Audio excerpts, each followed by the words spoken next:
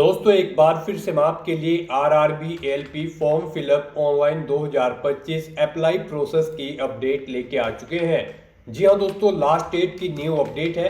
केवल 2 दिन शेष रह गए हैं। आप जल्द से जल्द अपने फॉर्म अप्लाई कर ले, कहीं मौका हाथ से छूट न जाए।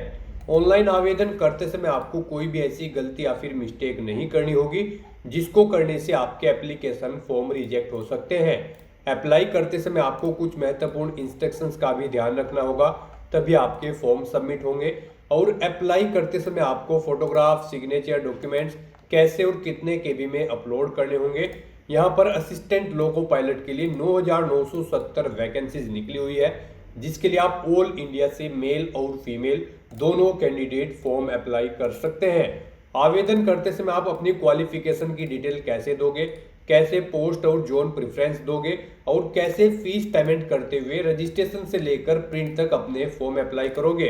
कंप्लीट जानकारी स्टेप बाय स्टेप आपको इस वीडियो में दी जाएगी, तो आपको ये वीडियो शुरू से लेके एंड तक बिना स्किप किए हुए देखनी होगी।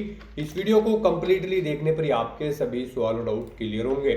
तो चलिए दोस्तों, बिना कोई वक्त कमाए शुरू करते हैं RRB LP form fill up online 2025 की पूरी जानकारी। फॉर्म भरने से पहले आपको हमारी वेबसाइट के इस पेज पर विजिट करना होगा, जिसका लिंक आपको नीचे description plus first comment box में मिल जाएगा। और हमारे इस पेज पर विजिट करके आप यहां से आरआरबी एलपी का फॉर्म अप्लाई कर सकते हो। रेलवे रिक्रूटमेंट बोर्ड आरआरबी भारतीय रेलवे की ओर से assistant loco pilot LP post का नोटिफिकेशन रिलीज कर दिया गया है। 9,970 वैकेंसीज यहाँ पर निकली हुई है। लास्ट डेट की न्यू अपडेट है, केवल 2 दिन शेष रह गए हैं। आप जल्द से जल्द अपने फॉर्म अप्लाई कर ले। लास्ट डेट आवेदन करने की 19 मई 2025 है।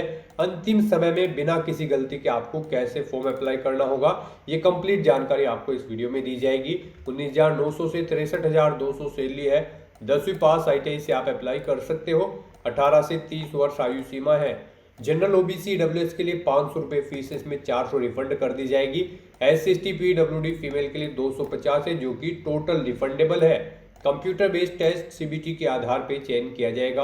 ऑनलाइन अप्लाई कर सकते हो, ऑल इंडिया से अप्लाई कर सकते हो। rrbapply.gov.in पोर्टल से इसकी ऑफिशियल वेबसाइट है। इंपोर्टेंट लिंक सेक्शन में लास्ट डेट की अपडेट आप इस लिंक पर क्लिक करके चेकआउट कर सकते हो।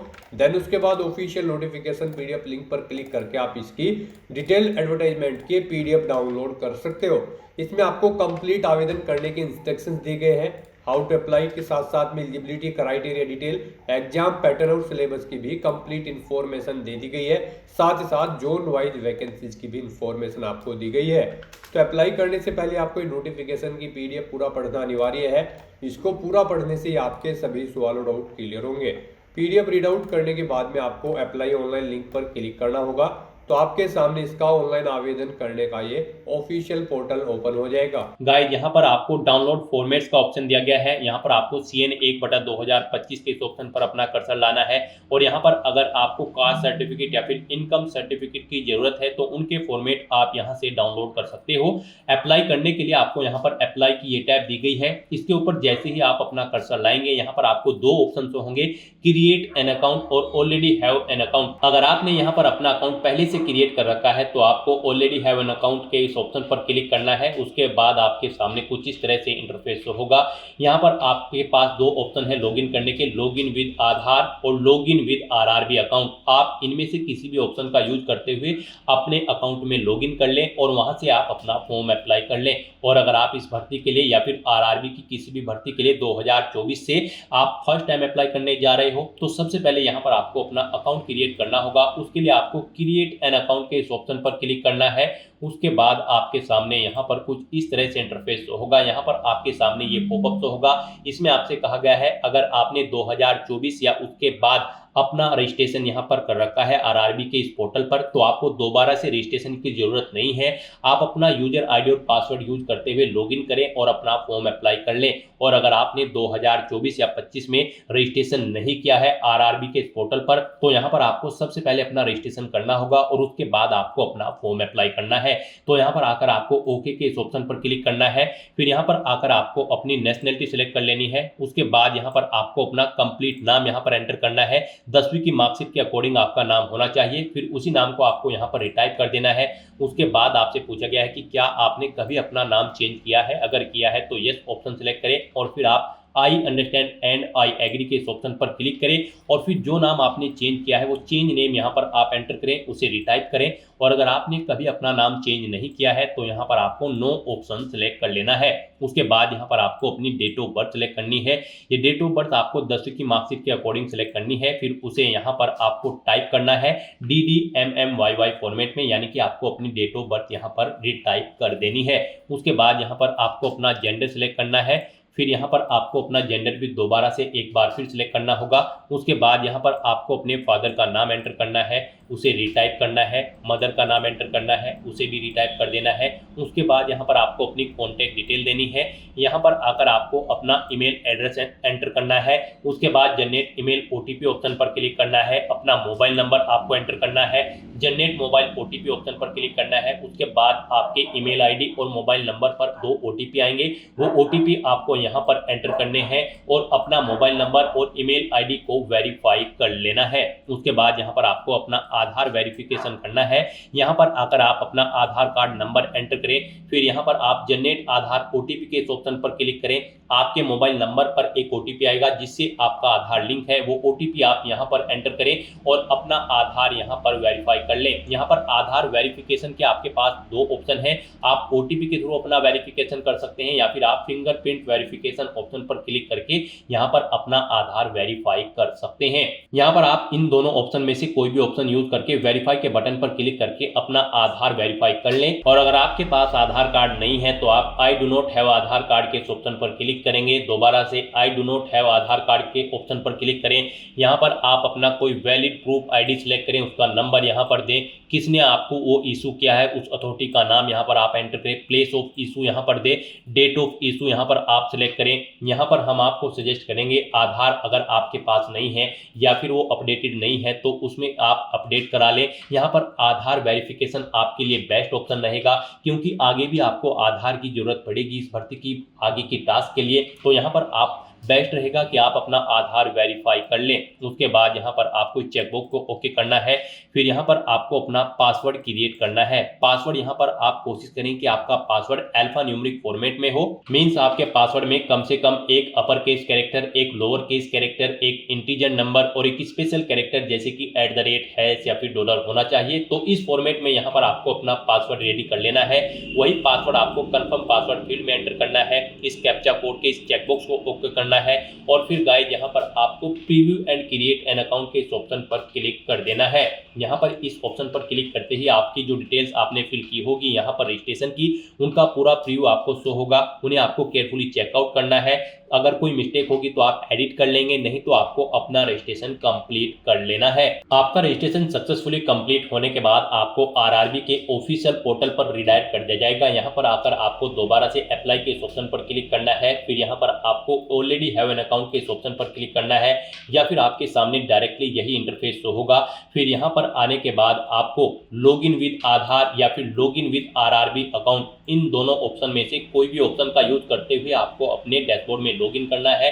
गाइस यहाँ पर अगर आप login with Aadhaar option select करते हैं तो फिर यहाँ पर आपको अपना आधार नंबर एंटर करना है। उसके बाद आपको जनरेट आधार OTP के ऑप्शन पर क्लिक करना है। एक OTP आपके मोबाइल नंबर पर आएगा जिससे आपका आधार लिंक है। वो OTP आपको यहाँ पर एंटर करना है। I am not a robot इस चेकबॉक्स को ओके करना है और फिर आपको यहाँ पर लॉगिन के इस ऑप्शन पर क्लिक करके अपने डैशबोर्ड में लॉगिन कर लेना है और फिर वहां से आपको अपना फॉर्म अप्लाई करना है। और अगर आप login with RRB account option select करते हैं तो आपके सामने फिर यहाँ पर कुछ इस तरह से इंटरफेस शो होगा। यहाँ पर आने के बाद अब आपको अपना मोबाइल नंबर या फिर ईमेल एड्रेस एंटर करना है। अपना पासवर्ड आपको एंटर करना है। I am not a robot आपको इस चेकबॉक्स को ओके करना है और फिर यहाँ पर आपको कैप्चा कोड के अकॉर्डिंग आपको इमेज सेलेक्ट कर लेनी है और फिर गाइज यहाँ पर आपको लॉगिन के इस ऑप्शन पर क्लिक करके अपने डैशबोर्ड में लॉगिन कर लेना है। जैसे ही आप लॉगिन के ऑप्शन पर क्लिक करेंगे आपके सामने कुछ इस तरह से इंटरफेस होगा। यहाँ पर अब आपको 2 फैक्टर ऑथेंटिकेशन मोड कंप्लीट करना है। यहाँ पर आप सेंड ओटीपी टू ईमेल, आप इस ऑप्शन पर क्लिक करें। आपकी ईमेल आईडी पर एक ओटीपी जाएगा, वो ओटीपी आप यहाँ पर एंटर करें, या फिर आप सेंड ओटीपी टू फोन के ऑप्शन पर क्लिक करें। फिर आपके मोबाइल नंबर पर एक ओटीपी जाएगा, वो ओटीपी आपको यहाँ पर एंटर करना है और फिर गाइज आपको लॉगिन के इस ऑप्शन पर क्लिक करके अपने डैशबोर्ड में लॉगिन कर लेना है। लॉगिन करने के बाद आपके सामने आपका डैशबोर्ड कुछ इस तरह से शो होगा। यहाँ पर आपको टॉप पर ही 4 ऑप्शन दिए गए हैं। सबसे पहले यहाँ पर आपको कुछ जनरल इंस्ट्रक्शन दिए गए हैं। आपको फॉर्म अप्लाई करने से पहले इन्हें केयरफुली रीड कर लेना है। यहाँ पर ऑनलाइन एप्लीकेशन का ऑप्शन है, एप्लीकेशन हिस्ट्री है। यहाँ पर जब आप फॉर्म अप्लाई कर लोगे तो फिर आप इस ऑप्शन में जाकर चेकआउट कर पाओगे आप अपना एप्लीकेशन फॉर्म सक्सेसफुली सबमिट कर चुके हो या फिर नहीं। और मॉडिफाई रजिस्ट्रेशन डिटेल आपको ये ऑप्शन दिया गया है। इस पर क्लिक करके यहाँ पर आप अगर आपके रजिस्ट्रेशन में मॉडिफाई करना चाहते हैं तो आप मॉडिफाई कर सकते हैं। यहाँ पर ये ऑप्शन आपका 18 अप्रैल 2025 के बाद एक्टिव होगा।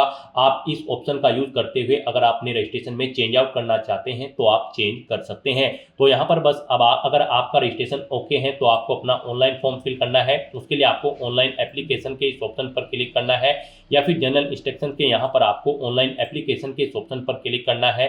नेक्स्ट आपके सामने कुछ इस तरह से इंटरफेस होगा। यहाँ पर आपको आरआरबी असिस्टेंट लोको पायलट का ये सेक्शन दे दिया गया है। यहाँ पर सीएन नंबर 1/2025 में सबसे पहले आपको बोर्ड का नाम सेलेक्ट करना है जिस बोर्ड के लिए आप अप्लाई करना चाहते हैं। आप अपनी चॉइस के अकॉर्डिंग कोई भी बोर्ड यहाँ पर सिलेक्ट करें। इस चेकबॉक्स को ओके करें, यानी कि आपको आरआरबी आरआरसी की किसी भी भर्ती एग्जाम में बैठने से नहीं रोका गया है, तो आपको इस चेकबॉक्स को ओके कर देना है। और उसके बाद गाइस यहाँ पर आपको नेक्स्ट के इस ऑप्शन पर क्लिक करना है। नेक्स्ट आपके सामने कुछ इस तरह से इंटरफेस होगा। यहाँ पर आपकी कुछ डिटेल ऑटोमेटिकली फेच कर ली गई है आपके रजिस्ट्रेशन से। यहाँ पर बस अब आपको सबसे पहले अपना मैरिटल स्टेटस देना है। उसके बाद आपको अपना रिलीजन सेलेक्ट करना है, अपनी मातृभाषा यहाँ पर आपको सिलेक्ट कर लेनी है।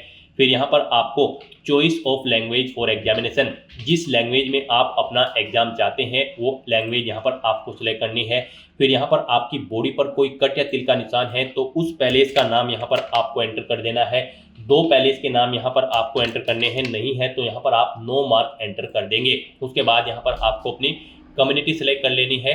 उसके बाद यहाँ पर अगर आप रिजर्व कैटेगरी से बिलोंग करते हो तो यहाँ पर आपको अपनी कास्ट का नाम देना है, कम्युनिटी सर्टिफिकेट नंबर देना है। कम्युनिटी सर्टिफिकेट आपको किस अथॉरिटी ने इशू किया है, collector, city magistrate, deputy collector, आप अपने अकॉर्डिंग यहाँ पर ऑप्शन सेलेक्ट करें। उसके बाद इशूइंग स्टेट यहाँ पर आप सिलेक्ट करें। उसके बाद यहाँ पर आपका जो सर्टिफिकेट है वो कब आपको इशू हुआ है वो डेट आपको सिलेक्ट कर लेनी है। फिर यहाँ पर आपसे पूछा गया कि क्या आप फ्री ट्रैवल पास चाहते हैं रेलवे का, अगर चाहते हैं तो यस करें। और फिर यहाँ पर आप अपने नियरेस्ट रेलवे स्टेशन का नाम एंटर करें और फिर यहाँ पर आप अपना वैलिड कास्ट सर्टिफिकेट अपलोड कर दें। आपका सर्टिफिकेट यहाँ पर 400 KB से कम होना चाहिए, PDF फॉर्मेट में होना चाहिए। आपको अपलोड डॉक्यूमेंट के ऑप्शन पर क्लिक करना है, फाइल को सिलेक्ट कर लेना है और अपना कास्ट सर्टिफिकेट यहाँ पर आपको अपलोड कर देना है। और अगर आप यहाँ पर अनरिजर्व कैटेगरी से आते हैं तो फिर आगे के ऑप्शन आपको डिसेबल्ड कर दिए जाएंगे। उसके बाद यहाँ पर आपको अपना प्रेजेंट एड्रेस एंटर करना है, फिर आपको अपना परमानेंट एड्रेस एंटर करना है। और अगर आपका परमानेंट एड्रेस आपके प्रेजेंट एड्रेस के अकॉर्डिंग सेम है तो आप इस चेकबॉक्स को ओके कर दें। ऑटोमेटिकली आपका परमानेंट एड्रेस आपके प्रेजेंट एड्रेस के अकॉर्डिंग फिल हो जाएगा। उसके बाद गाइस यहाँ पर आपको सेव के इस ऑप्शन पर क्लिक करके अपनी डिटेल सेव कर देनी है और फिर आपको नेक्स्ट के इस ऑप्शन पर क्लिक करना है। नेक्स्ट गाइस यहाँ पर आपको अपनी कैटेगरी की डिटेल देनी है। यहाँ पर आपसे पूछा गया है कि क्या आप EX सर्विसमैन हैं, अगर हैं तो आप यस ऑप्शन सेलेक्ट करें। फिर यहाँ पर आप अपनी डिफेंस सर्विस सिलेक्ट करें, किसमें आप EX सर्विसमैन थे, आर्मी, नेवी, एयरफोर्स, अपने अकॉर्डिंग ऑप्शन सेलेक्ट करें। अपनी रैंक यहाँ पर एंटर करें, डेट ऑफ अटेस्टेशन यहाँ पर आप सिलेक्ट करें। और फिर आपसे पूछा गया कि क्या आप फिलहाल भी डिफेंस सर्विस में कार्यरत हैं, अगर हैं तो यस करें और फिर यहाँ पर नहीं है तो आप नो ऑप्शन सेलेक्ट कर लें। अगर आप यहाँ पर जॉब छोड़ चुके हो, डेट ऑफ डिस्चार्ज यहाँ पर आप सिलेक्ट करें, रीजन ऑफ डिस्चार्ज यहाँ पर दे, डिस्चार्ज सर्टिफिकेट नंबर दे। क्या आपने दोबारा से री एम्प्लॉयमेंट किया है एज ए EX सर्विसमैन, अगर किया है तो यस करें, नहीं तो नो ऑप्शन सेलेक्ट करें। और गाइज अगर आप EX सर्विसमैन नहीं हो तो यहाँ पर आपको नो ऑप्शन सेलेक्ट करना है, आगे की डिटेल आपको डिसेबल्ड कर दी जाएगी। फिर यहाँ पर आपसे पूछा गया कि क्या आप EBC सर्टिफिकेट होल्डर कैंडिडेट हैं, अगर हैं तो आप यस करें और फिर I understand and I agree के इस ऑप्शन पर क्लिक करें। फिर यहाँ पर आपसे पूछा गया है कि do you wish to avoid fee concession, अगर आप फीस में कंसेशन चाहते हैं तो यस ऑप्शन सेलेक्ट करें, फिर अपना सर्टिफिकेट नंबर दें, इश्यूइंग अथॉरिटी यहाँ पर आप सेलेक्ट करें, कब आपको ये सर्टिफिकेट इशू हुआ है वो डेट आप सेलेक्ट कर लें। और अगर आप ईबीसी सर्टिफिकेट होल्डर कैंडिडेट नहीं है तो यहाँ पर आपको नो ऑप्शन सेलेक्ट करना है। उसके बाद यहाँ पर आपसे पूछा गया कि क्या आप रेलवे में सर्विस करते हैं। यहाँ पर अगर आप रेलवे एम्प्लॉय हैं तो आप यस करेंगे। फिर यहाँ पर आपसे पूछा गया कि क्या आपने यहाँ पर एनओसी के लिए अप्लाई किया हुआ है, तो यहाँ पर आप किया हुआ है तो यस करें, नहीं तो आप यहाँ पर नो ऑप्शन सेलेक्ट करेंगे। और उसके बाद यहाँ पर आपको अपनी कैटेगरी देनी है, उसके बाद प्लेस ऑफ वर्किंग देना है, अपना जोन यहाँ पर आपको सिलेक्ट करना है। और अगर आप रेलवे के एम्प्लॉय नहीं है तो यहाँ पर आपको नो ऑप्शन सेलेक्ट करना है। उसके बाद यहाँ पर आपको पूछा गया कि क्या आप करंट में कहीं पर एम्प्लॉय हैं, अगर हैं तो यहाँ पर आप ऑप्शन सेलेक्ट करें, आप सेंट्रल गवर्नमेंट में एम्प्लॉय हैं, स्टेट में या फिर किसी पब्लिक सेक्टर में, तो यहाँ पर आप अपने अकॉर्डिंग ऑप्शन सेलेक्ट करें।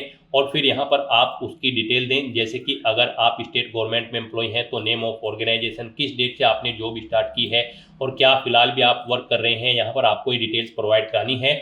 और अगर आप यहाँ पर करंट एम्प्लॉयमेंट नहीं है, यानी कि आप करंट में जॉब नहीं करते हैं, तो फिर यहाँ पर आपको नॉट एप्लीकेबल का ये ऑप्शन सेलेक्ट करना है।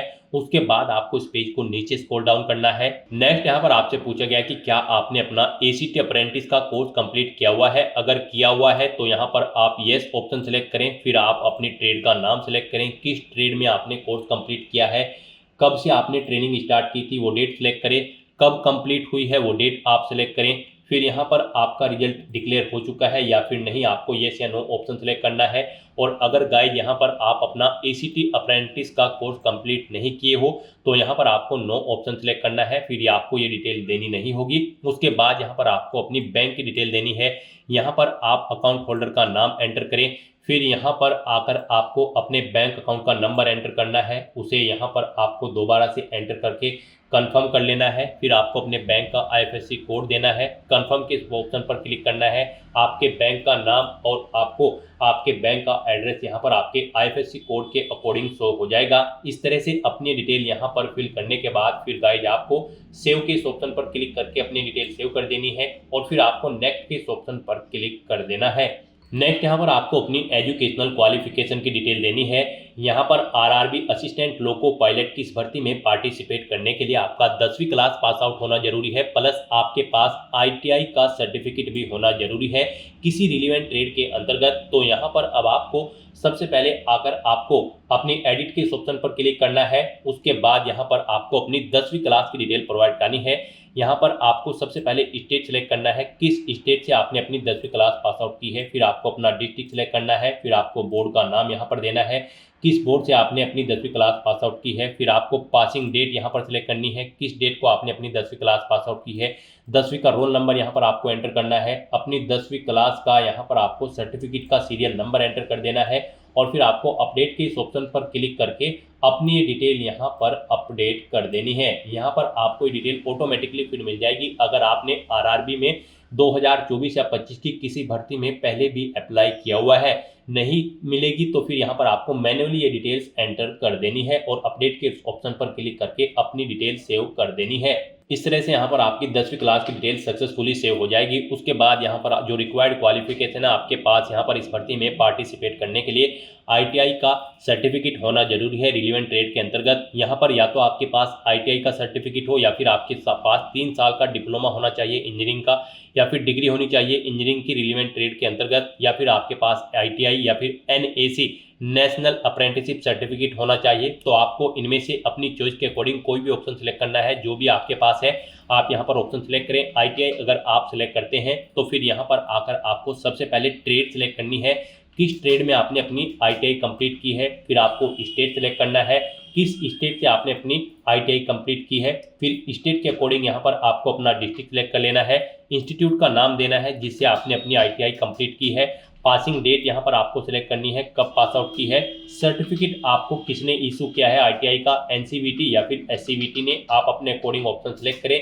सर्टिफिकेट का टाइप यहाँ पर आप सिलेक्ट करें, वो नेशनल ट्रेड सर्टिफिकेट है या फिर स्टेट ट्रेड सर्टिफिकेट है। इस तरह से अपनी डिटेल यहाँ पर फिल करने के बाद फिर आपको ऐड के इस ऑप्शन पर क्लिक करना है और अपनी इस डिटेल को यहाँ पर ऐड कर देना है। इस तरह से यहाँ पर आपकी आईटीआई की डिटेल भी ऐड हो जाएगी। उसके बाद अगर आपके पास 3 साल का डिप्लोमा है इंजीनियरिंग का या फिर डिग्री है इंजीनियरिंग की या फिर एनएसी सर्टिफिकेट है तो आप अपने अकॉर्डिंग यहाँ पर ऑप्शन सेलेक्ट करके उसकी डिटेल भी सेम ऐसे ही यहाँ पर प्रोवाइड करा सकते हैं। इस तरह से अपनी क्वालिफिकेशन की डिटेल फिल करने के बाद फिर आपको नेक्स्ट के इस ऑप्शन पर क्लिक करना है। नेक्स्ट यहाँ पर आपको अपना फोटो और सिग्नेचर अपलोड करने हैं। गाइस, जैसा कि हमने आपको स्टार्टिंग में ही बताया था कि कौन सी वो कॉमन मिस्टेक है जिसे करने से आपका एप्लीकेशन फॉर्म रिजेक्ट हो सकता है, तो इस सेक्शन में आपको दी गई गाइडलाइंस के अकॉर्डिंग ही अपना फोटो और सिग्नेचर अपलोड करने हैं, अदरवाइज आपके एप्लीकेशन फॉर्म के रिजेक्ट होने के चांसेस रहते हैं। यहाँ पर आपके फोटो की जो हाइट होगी वो 320 पिक्सल होनी चाहिए और जो विड्थ होगी वो 240 पिक्सल होनी चाहिए। जेपीजी या फिर जेपीईजी फॉर्मेट में आपका फोटो होना चाहिए। साइज उसका यहाँ पर 100 KB से 150 KB के बीच में होना चाहिए और जो आपके सिग्नेचर होंगे यहाँ पर उनकी हाइट 60 पिक्सल होनी चाहिए और विड्थ 140 पिक्सल। साइज उनका यहाँ पर 30 KB से 49 KB के बीच में होना चाहिए। जेपीजी या फिर जेपीईजी फॉर्मेट में आपके सिग्नेचर होने चाहिए। यहाँ पर आपके फोटो रिजेक्ट होने के कुछ सैंपल आपको दिए गए हैं। यहाँ पर आपको सैंपल ऑफ फ्यू रिजेक्टेबल फोटोज, आपको इस ऑप्शन पर क्लिक करना है। यहाँ पर आपको सैंपल शो कर दिए गए हैं। यहाँ पर आपका फोटो इस तरह से नहीं होना चाहिए, इस फॉर्मेट में यहाँ पर आपका फोटो होना चाहिए। ग्रीन कलर का जो यहाँ पर आपको साइन शो हो रहा है, इस फॉर्मेट में आपका फोटो होना चाहिए। आपके फोटो का बैकग्राउंड जो है वो यहाँ पर व्हाइट होना चाहिए। कोई भी रंगीन बैकग्राउंड का फोटो यहाँ पर एक्सेप्टेबल नहीं होगा, तो यहाँ से आप चेकआउट कर ले। इन फॉर्मेट में आपके फोटो रिजेक्टेबल होंगे और इस फॉर्मेट में आपका फोटो यहाँ पर एक्सेप्टेबल होगा। सिग्नेचर भी यहाँ पर आपके व्हाइट पेपर पर ब्लैंक इंक पेन से होने चाहिए। तो यहाँ पर अब आपको अपना फोटो और सिग्नेचर अपलोड करने के लिए ब्राउज की इस ऑप्शन पर क्लिक करना है, फाइल को सिलेक्ट कर लेना है और अपना फोटो और सिग्नेचर यहाँ पर आपको अपलोड कर देना है। गाइस, यहाँ पर अगर आपके फोटो या सिग्नेचर का साइज कम या ज्यादा है तो आप उसे यहाँ पर रिसाइज कर सकते हैं। आप यहाँ पर MS पेंट में जाकर अपना फोटो या सिग्नेचर दी गई रिक्वायरमेंट के अकॉर्डिंग सेट कर लें, या फिर बहुत सारी ऑनलाइन वेबसाइट्स हैं उन पर आप अपना फोटो या सिग्नेचर अपलोड करके उनका साइज दी गई रिक्वायरमेंट के अकॉर्डिंग सेट कर सकते हैं। आप गूगल पर जाएं, वहां पर आप इमेज रिसाइजर टाइप करें, मल्टीपल्स वेबसाइट आपके सामने शो होंगी। वहां पर आप सिलेक्ट इमेज ऑप्शन पर क्लिक करें, इमेज को सिलेक्ट करें और अपनी दी गई गाइडलाइंस के अकॉर्डिंग आप उसका फोटो का साइज यहाँ पर सेट कर लें और फिर यहाँ पर आप अपना फोटो और सिग्नेचर अपलोड कर दें।